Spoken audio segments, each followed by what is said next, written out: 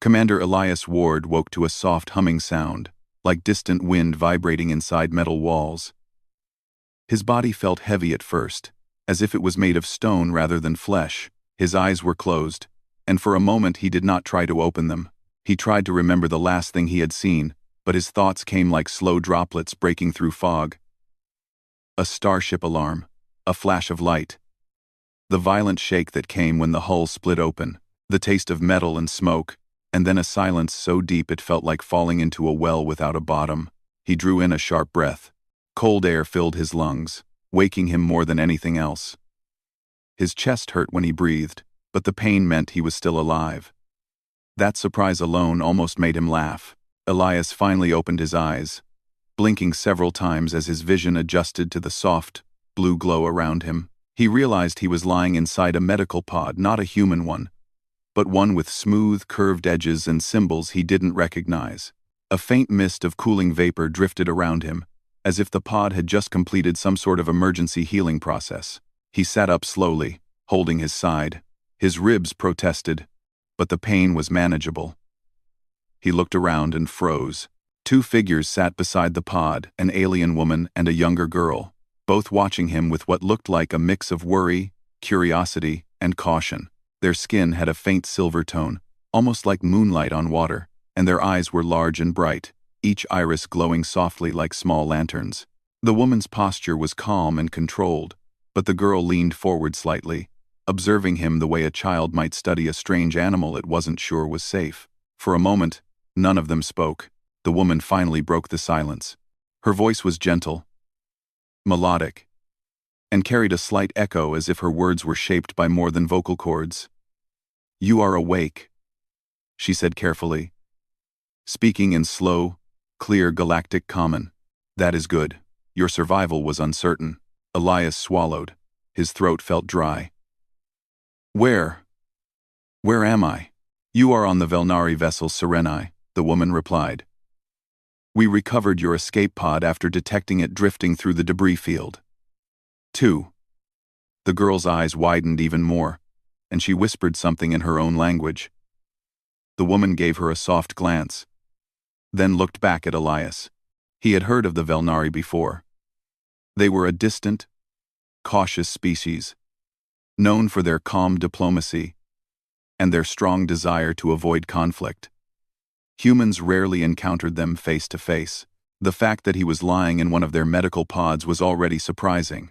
The fact that he was alive at all was an even greater mystery. "I'm Commander Elias Ward," he said, trying to keep his voice steady. "Federation starship, Horizon's Reach. There was an attack. A hull breach." He forced himself to breathe slowly. "I thought I was dead." The woman nodded once. "Your vessel's destruction was clear. We are sorry." Her expression shifted, a small sign of sympathy, though her features remained composed. "But your escape pod's life supports kept a minimal function. You were unconscious when we found you." The girl leaned closer, her voice filled with wonder. "Humans are always like this," she whispered to her mother. "They refuse to die." "Lyra," the woman said softly but firmly. "Respect." The girl straightened, though her eyes stayed fixed on Elias, full of intense curiosity. Elias almost smiled despite the situation. He had heard worse comments in human hospitals, and this one was almost flattering. "I'm grateful you rescued me," he said. "But why?" "The Velnari don't normally interfere with..." The woman raised a hand slightly. "We did not interfere. We responded to danger in our path." Her tone carried a subtle defensive edge, and leaving a living being adrift would have violated our values. She paused, her expression easing. "My name is Sereth, and this is my daughter Lyra." Lyra offered a little wave, her silver-tinted hair shifting like liquid metal as she moved. "Hi," she said in carefully practiced galactic common. "You looked very strange in the pod. We thought you were missing parts of your face, but then Mother said humans simply look like that." "Lyra," Sereth said again, though her voice now carried the hint of suppressed amusement. Elias gave a quiet laugh, wincing as it pulled on his ribs. "No offense taken." Lyra straightened with a proud expression, as though she had already succeeded at her first diplomatic mission. Elias slowly swung his legs over the edge of the medical pod, testing his balance. His muscles trembled slightly, but held. He looked around the room more carefully now. The walls curved gently, almost like the inside of a seashell. Lines of light ran along the floors and ceiling, glowing soft blue and white. Everything felt calm, clean, and strangely peaceful, very different from the rough, practical design of human ships. But something in the room's atmosphere felt tense. Elias could sense it even before Sareth spoke again. "You were fortunate we found you," she said. "But you must understand, we are under threat ourselves." Elias met her eyes. "What kind of threat?" Before she could answer, the lights flickered briefly, and a low rumble echoed through the floor. It felt distant, but unmistakable, like a ship preparing defensive maneuvers. Sareth stood up. Her posture stiffened, the calmness fading into something more guarded. Lyra quickly rose beside her, gripping her mother's sleeve. "The Ravagers," Sareth said quietly, as though the name itself carried weight. "We encountered them only hours before finding you. Our ship is damaged. We are attempting to remain hidden, but their scans sweep this region." Elias felt a cold sensation spread across his spine. He had heard stories of the Ravagers, machine-based raiders that dismantled everything they touched, ships, stations, even entire outposts. They were relentless, efficient, and almost impossible to negotiate with. The Federation had run into them more than once, and every encounter ended the same way, with someone running or dying. "And your ship?" Elias asked. "How bad is the damage?" Sareth hesitated but did not try to hide the truth. "Several of our defensive systems are offline. Our engines are unstable. We were already vulnerable when we detected your pod. Taking you aboard only increases the danger." Elias blinked. "Because of me?" "The Ravagers track biological signatures," Sareth said. "Human ones are distinct." Elias ran a hand through his hair and exhaled slowly. "So they'll know I'm here." Lyra nodded, her eyes wide. "They will smell you in the stars." "That is not scientifically accurate," Sareth said under her breath. "But the meaning is correct." Despite the fear in the air, Elias noticed something else, something subtle but important. They had risked themselves to rescue him, even with the Ravagers behind them, even knowing that humans had a reputation for unpredictability and chaos, even knowing that they could have stayed silent and avoided the risk altogether. He felt a sudden, sharp desire to repay that kindness. "Is there anything I can do to help?" Elias asked. Sareth looked surprised. It was a small movement, a slight widening of her glowing eyes, but he caught it. "You are injured," she said. "You need rest." "I've survived worse," Elias replied. "And you saved my life. I won't sit around while you're being hunted." Lyra stepped forward eagerly. "Mother, let him help. Humans are good at impossible things." Sareth narrowed her eyes gently. "Lyra, but it's true," Lyra insisted. "Humans fix things even when those things should not be fixable. I read about them. They fix ships with burned circuits. They fix gravity plates with tools they are not supposed to use. They fix everything." Sareth breathed out slowly, then looked back at Elias. "Your ship, this escape pod, your survival, even for humans, it is remarkable." Elias shrugged lightly. "We're stubborn. It's kind of our thing." The lights flickered again, this time longer. A sharp beep sounded from a wall console. Lyra jumped slightly, gripping her mother's hand. Sareth crossed the room quickly and tapped the console.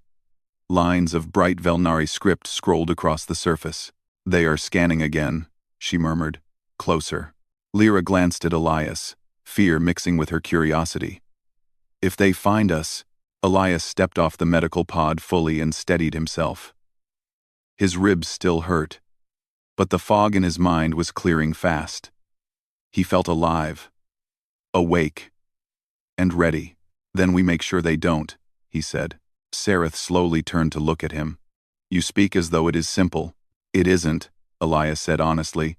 "But maybe that's why it'll work." Lyra smiled, a small, brave smile that lit her strange, glowing eyes. In that moment, standing in a Velnari medical bay with a mother and daughter who should have left him drifting in space, Elias felt something he had not felt since before the attack. Purpose. He didn't know their systems. He didn't know the Ravager's exact location. He didn't know how damaged the ship truly was, but he knew one thing with absolute certainty.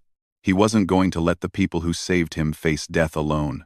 And the Velnari mother and daughter, who had sat by his side as he woke from darkness, seemed to sense that truth. The room felt different now, less like a place of rescue and more like the beginning of something the galaxy had not seen before. Something that began with a human opening his eyes. The corridor outside the medical bay felt strangely quiet when Elias stepped into it. The lights glowed softly along the walls, creating gentle waves of color that followed the shape of the ship. Even injured, even confused, he could tell that Velnari architecture was built for peace and calm. It was the kind of ship made for exploration, not for being chased by machine-like horrors through silent space. Sareth walked ahead with graceful steps, her silver-toned hair flowing behind her like liquid metal. Lyra stayed beside Elias, looking both excited and scared at the same time, her luminous eyes darting to every corner of the hallway. Elias moved carefully, holding his side. His ribs hurt with every step, but he pushed through it. Pain meant he was alive. Pain also meant there was still work to do, and the situation around him demanded action, not rest. Sareth stopped at a doorway that slid open with a soft whisper. Inside was the ship's observation chamber. A clear wall of reinforced glass curved upward, showing a wide view of the stars. The glowing blue cloud of the nebula outside the ship made the scene look almost peaceful if not for the dark, distant shapes drifting at the far edge of the field. Lyra pointed at them silently. Elias didn't need anyone to explain. Even from far away, those shapes were unmistakable. Ravager scouts. They drifted like metal predators, silent and patient. Their bodies had no smooth curves like the Velnari ships. Instead, they were built from jagged pieces of dark alloy, like broken armor welded together. Their movement was slow, careful, searching. They were hunting. Sareth touched a panel near the window, and a thin display of information appeared in front of her. She scanned the details, then spoke in a calm, steady voice, though Elias could detect the tension beneath it. They are sweeping the region again. Their scans grow stronger. If they detect our biosignatures, they will lock onto us. Elias nodded slowly, almost thinking aloud. How close are they? Close enough that we cannot use our engines without drawing attention, Sareth replied. We have hidden in the nebula cloud to reduce their sensors, but the damage to our systems limits our options. Elias looked at the display. Velnari script was unfamiliar to him, but the shapes and symbols gave him some idea of what was failing. There were too many red markings: engine stabilization, shield harmonics, long-range communication, defensive energy routing. Everything seemed partially broken at once. How long has your ship been damaged like this? He asked. Since our first encounter, Sareth said. We attempted to flee, but the Ravagers struck us with a disabling pulse. We survived the impact, but we cannot fight again. They do not stop hunting. Lyra hugged her arms around herself. They took another ship 2 days ago. Our scanners saw the detonation. Elias closed his eyes for a second. He had seen the aftermath of Ravager attacks before: cold, clean destruction, with nothing left to save. The fact that Sareth and Lyra were alive at all was already an impressive feat. He opened his eyes again. What about your repair systems? Sareth hesitated. That alone was enough to tell Elias the answer wasn't good. Our automated repair units were damaged. We are doing what we can. But Velnari design is delicate. It requires precision. We cannot perform detailed reconstruction at speed. And humans don't need precision, Lyra said quietly. Humans use... What was the word? She thought for a moment. Improvisation. Elias couldn't help smiling. That's one way to put it. Sareth gave him a long, careful look. Your survival is already improbable, but your offer to help, Lyra believes it. I still question it. You should question it. Elias replied honestly. But I'm here. I'm awake. And I owe you. So tell me what needs fixing first. Sareth turned back to the display. Our shielding grid. Without it, even a minor hit will disable us completely. All right, Elias said. Show me the system. Sareth led them deeper into the ship. The halls were quiet, lit by soft pulses of light. Every time the ship hummed or shifted, Lyra flinched slightly, and Sareth would gently touch her shoulder in reassurance. They reached a chamber filled with wires, panels, and crystalline structures glowing faintly. The Velnari used energy in ways humans didn't, almost organic in flow, like rivers of light instead of cables. Elias crouched near an exposed panel. He didn't fully understand Velnari engineering, but he understood damaged circuits, overheating cores, and failing shields. Those things were universal. He ran his fingers along the edges of a cracked conduit. This is misaligned, he said. Your auto-regulators tried compensating, but they couldn't handle it. Sareth raised an eyebrow. You can read that? Not exactly, Elias admitted. I'm guessing based on the energy flow. Human ships have something similar. But I'll need tools, and something to stabilize this gap. Lyra brightened. We have repair tools. I will bring them. She darted out before Sareth could stop her. Sareth sighed softly. She should not run inside damaged corridors. She is still young. She's helping, Elias said. And she's brave. Sareth's expression softened slightly. She tries to be. Elias began examining the internal systems more closely. The shield grid wasn't just damaged, it was unstable, fluctuating dangerously. If the Ravagers activated a stronger scan, the spike would betray their position instantly. The Velnari had slowed the decay, but the system needed something they probably didn't have time for, a complete realignment. Lyra returned with a small metallic case and placed it beside Elias. These are our tools, she said proudly. Some are delicate, some are strong. Use whichever you like. Elias opened the case. The tools inside were elegant, shaped like silver stems with glowing tips. They didn't look like anything human engineers used, but they felt balanced and responsive in his hands. Perfect, he said. Lyra looked delighted. Elias worked quickly, disconnecting unstable energy threads, securing loose plates, and manually adjusting crystal nodes that he guessed controlled the shield harmonics. Sareth watched him work with a mix of surprise and suspicion, as if unsure whether he was brilliant or reckless. You do not use calibration patterns, she said after a while. Don't need them, Elias replied. You are adjusting components without calculations. Calculations take time, he said. And you are pulling open circuits that are still active, she added, sounding almost horrified. Elias grinned slightly. Trust me. Sareth looked unsure. That is not a phrase the Velnari use lightly. It's a human specialty, he said. Slowly, the shield grid began to stabilize. The lights in the chamber shifted from flickering violet to steady blue. Lyra gasped softly, pointing at the display. Mother! The pattern is smoothing. Sareth approached, her eyes widening as she studied the glowing nodes. He did align them. Not perfectly, but enough for stability. Elias wiped his hands on his uniform. It'll hold for now. You need energy rerouting next.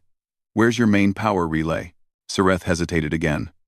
Human, your body needs rest. I'll rest after, Elias said. Lyra looked proud. I told you, Mother. Humans do impossible things when they want to. Sareth said nothing for a moment. Then she turned toward the corridor. Very well. Come. They walked to the power relay chamber, larger, more complex, and far more critical. The hum of energy was louder here, a deep vibration that pulsed through the floor. Elias could see the problem instantly. A major conduit had burned out. The Velnari had patched it temporarily, but the patch was failing. You patched an overloaded conduit with soft crystal? Elias asked. It is the only material we had left, Sareth said quietly. It's going to crack again, he warned. Soon. We know. Sareth replied, her voice low. We have no replacement. Without it, we cannot engage our secondary thrusters. Without thrusters, we cannot escape the nebula cloud. Without escape, she didn't finish the sentence. Elias closed his eyes briefly. He needed to think. Velnari materials weren't familiar to him, but the shapes were. And the systems were universal enough. A conduit simply carried power. Anything that could handle heat and direct energy could replace it temporarily. But what did they have? He opened his eyes. Lyra? She straightened. Yes? Bring me the emergency support rods from your storage room, the ones that look like thick metal sticks. Lyra nodded hard. I know which ones. I will bring them. She ran again, her footsteps echoing down the hall. Sareth gave Elias a skeptical look. Support rods? Those are structural supports. They are not designed for energy transfer.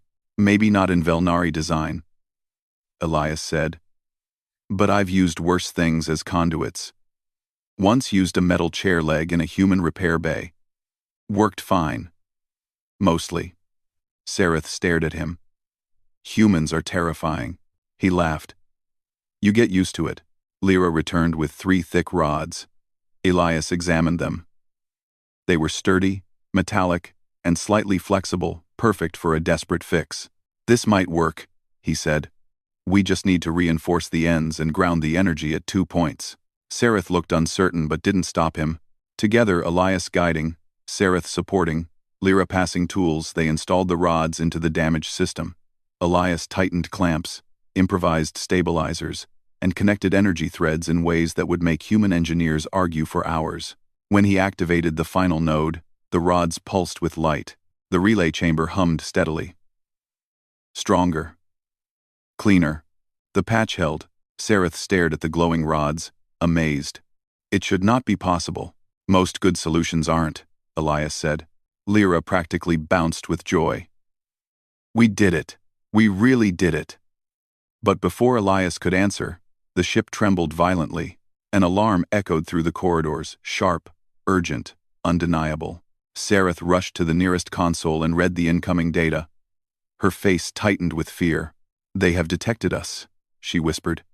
The Ravagers are coming. Elias stepped beside her. Then we get ready. The stars outside the ship shifted as dark shapes moved closer. And Elias knew part 2 of their struggle had only just begun.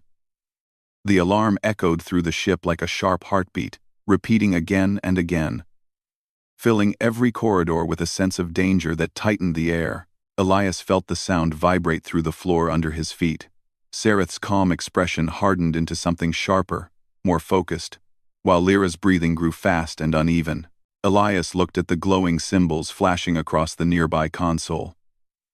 Even without understanding the language, the meaning was clear. Something was closing in fast. Sareth touched the panel and brought the ship's outer view onto a transparent screen. The dark shapes of the Ravagers had grown larger, too large now to ignore. Their movements were hungry, direct, and deliberate. Their glowing red sensor lights swept across the nebula like eyes searching for prey. Lyra took a small step closer to Elias, fear shining in her luminous eyes. They found us, didn't they? Elias nodded slowly. They're not here yet, but they're coming. Sareth closed the display. We must move to the control chamber. Now. They hurried through the corridors, the humming of the ship now irregular and uneasy, as if the vessel itself understood the danger. The closer they got to the command center, the more Velnari crew members Elias saw. Some worked frantically at panels, others carried tools, and a few looked toward Elias with a mix of surprise and hope, the kind of hope that felt fragile, like it could break if anyone breathed too hard. The doors to the control chamber slid open, revealing a wide, sweeping room with curved stations arranged like petals around a central point. Light shimmered softly across the walls, but the air felt tense and electric. Sareth stepped forward, immediately giving orders in her musical Velnari language. Lyra stayed close to Elias, watching everything with wide eyes.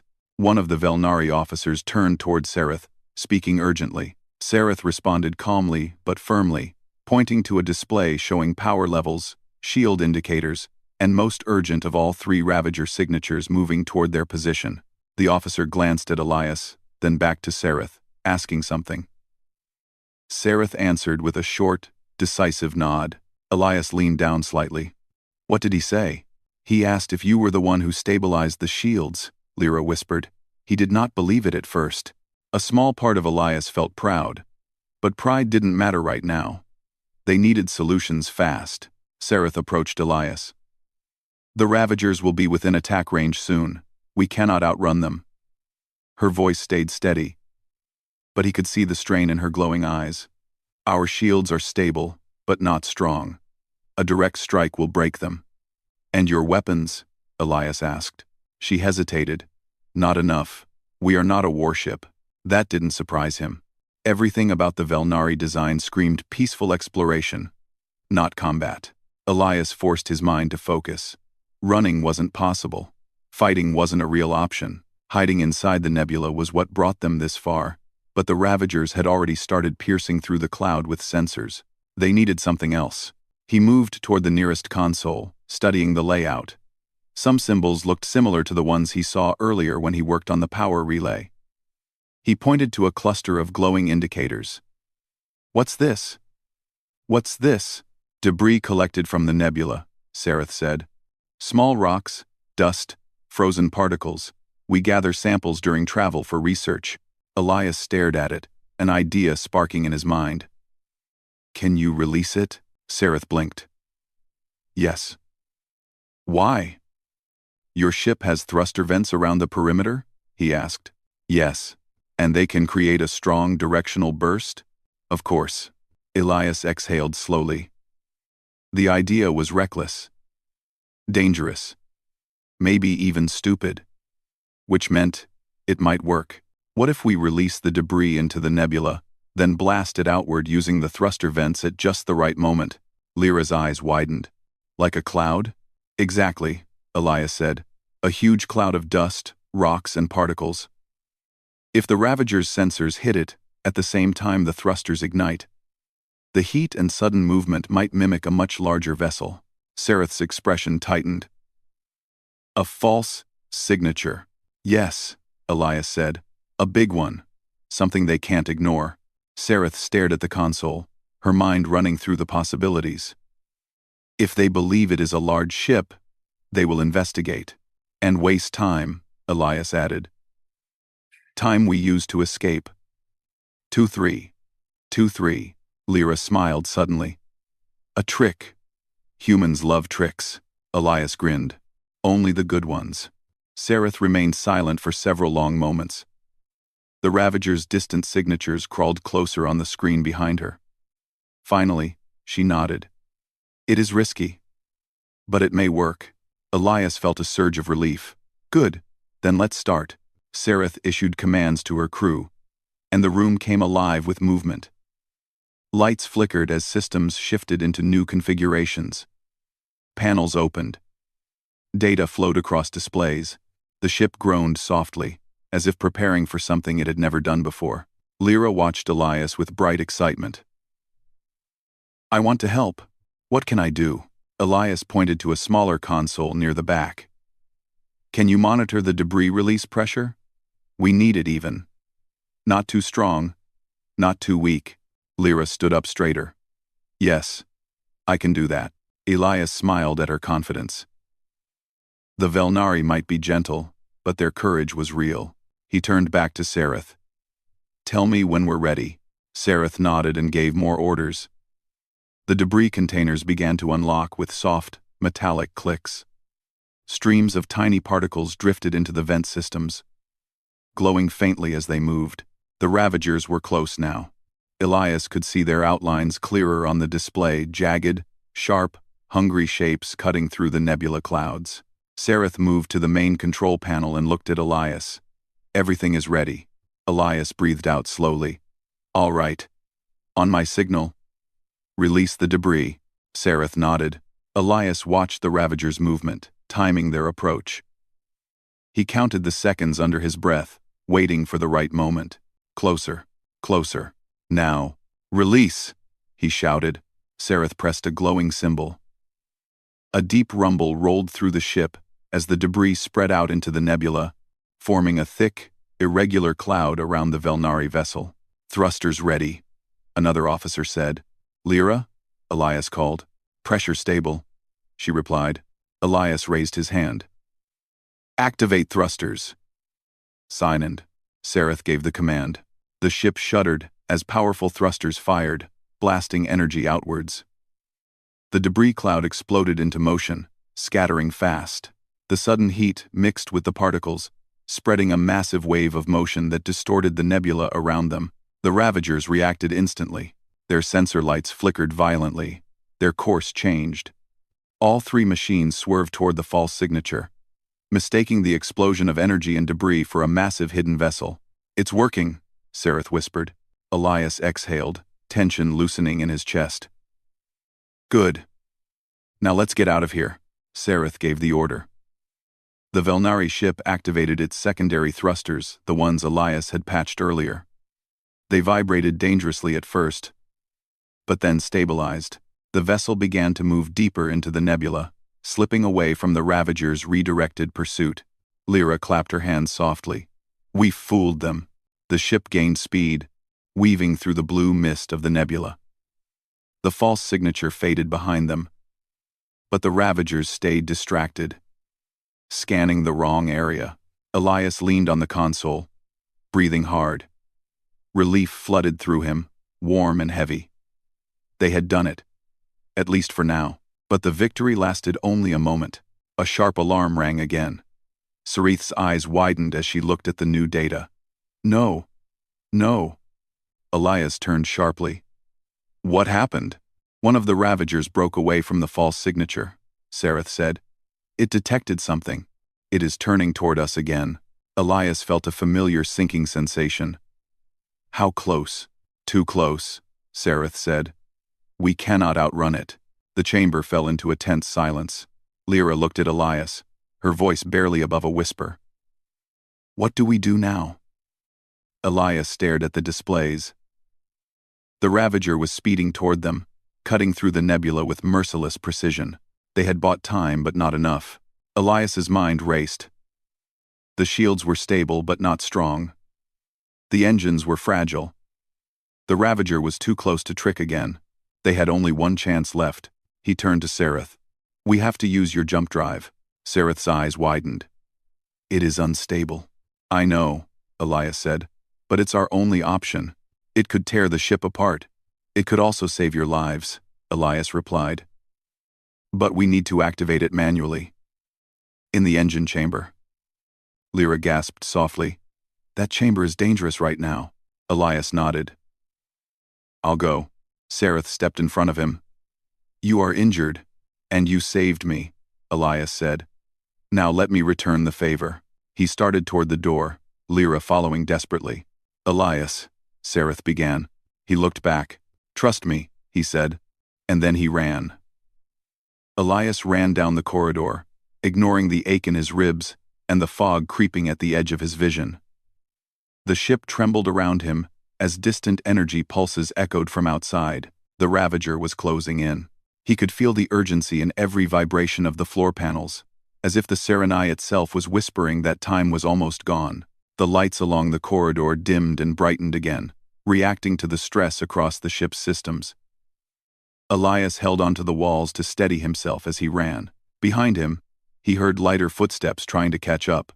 "Elias, wait," Lyra's voice. He didn't slow down, but he glanced back long enough to see her sprinting after him, her silver hair flowing like a soft flame. "Lyra, go back to the control room," he said. "It isn't safe here." She shook her head stubbornly. "You need someone to guide you through the last locks." "Mother gave me access," he almost argued. But he saw the determination on her young face, fear and courage mixed together, and he didn't waste another second. "Fine," he said. "Stay close." They ran together, turning corners and rushing down sloped passageways until they reached a heavy door reinforced with glowing lines of protective energy. Lyra placed her hand on a small, glass-like panel beside it. The ship scanned her palm, then the door retracted with a deep, groaning sound. Warm air blasted out from inside. Elias felt the heat hit his face the instant he stepped through. The engine chamber was glowing with intense energy. It was a huge space, filled with curved machines and humming crystal conduits that pulsed with shifting light. The jump drive sat in the center, a large, circular core surrounded by spinning rings of energy. Several of the rings flickered at broken intervals. One sparkled violently, sending a brief arc of blue light across the chamber. The whole thing looked ready to explode. Lyra swallowed hard. Mother said it is unstable. She said even Velnari engineers cannot go near it right now. She's right, Elias said. Stay behind that support pillar.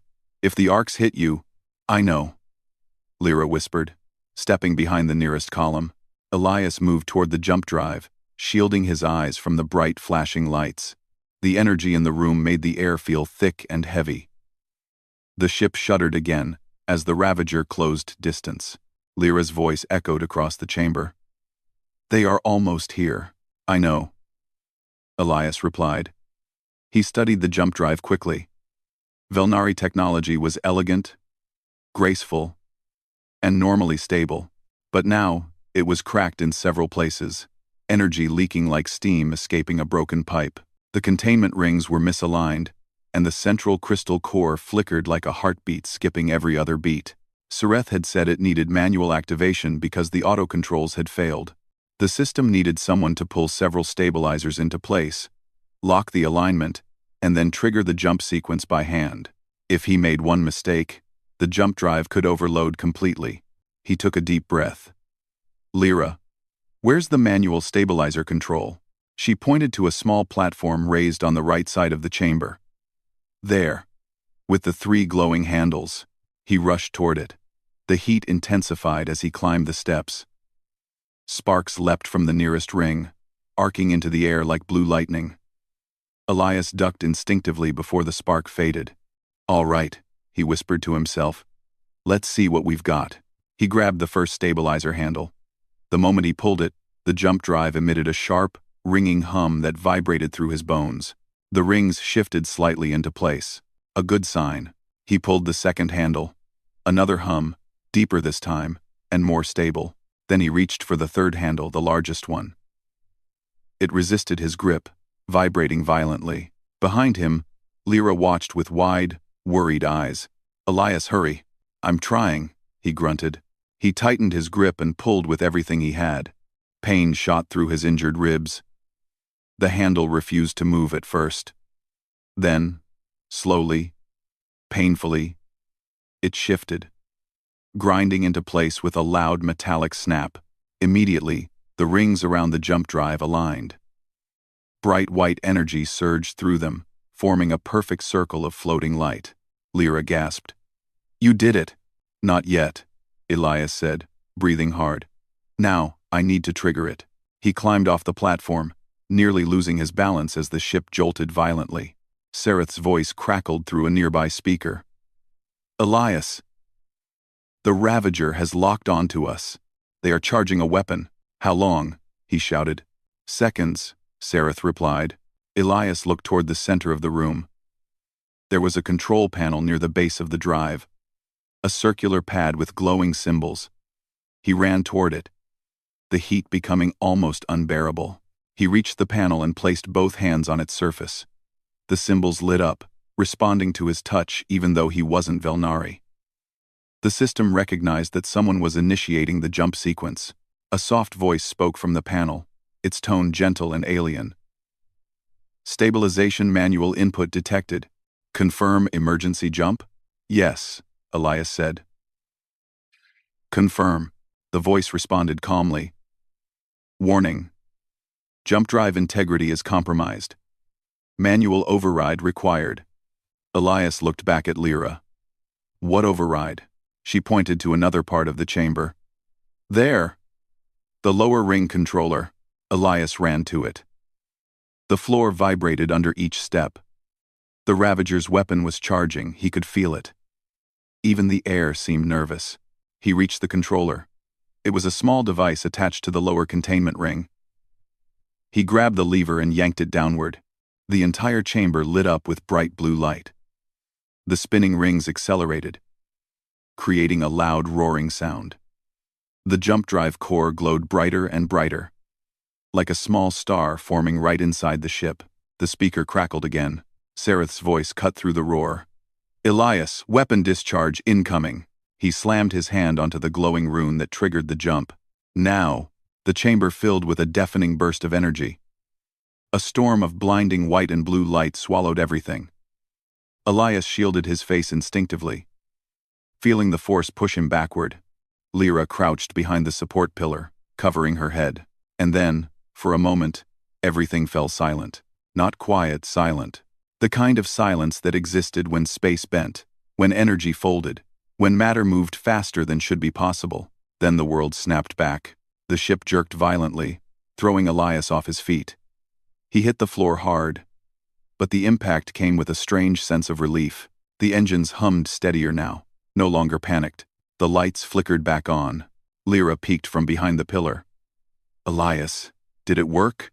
He pushed himself up slowly, wincing. "Let's find out." They walked to the exit. The door opened automatically. The corridor outside looked normal again, no shaking, no rumbling. Sareth's voice came urgently from the speakers. "Elias? Lyra? Report. We're alive," Elias answered. A very soft sound came from the speaker, a breath of relief. "Come to the control chamber." They hurried back through the corridors, passing crew members who looked shaken but alive. When they entered the control chamber, several Velnari turned to stare at Elias with quiet astonishment. Sareth stood at the center console, her posture straight but her expression full of emotion she didn't try to hide. "We made the jump," she said. "We are far beyond Ravager territory now." Lyra ran to her mother, and Sareth wrapped an arm around her. Lyra trembled slightly, then relaxed against her. Sareth looked at Elias. "Your actions saved us all." Elias exhaled slowly. "I'm glad it worked." One of the officers spoke softly in Velnari, watching Elias with awe. Lyra translated in a whisper. "He says humans are stars wrapped in flesh." Elias blinked, unsure how to respond to that. Sareth stepped closer. She didn't smile, but her glowing eyes softened. "We rescued you from your escape pod," she said. "But today, you rescued us." Elias looked around the chamber, the peaceful, graceful ship, the relieved crew, the mother and daughter standing together. He felt something warm settle in his chest. "I loved it," he said softly. "Waking up and finding you two there. The galaxy is better when we help each other."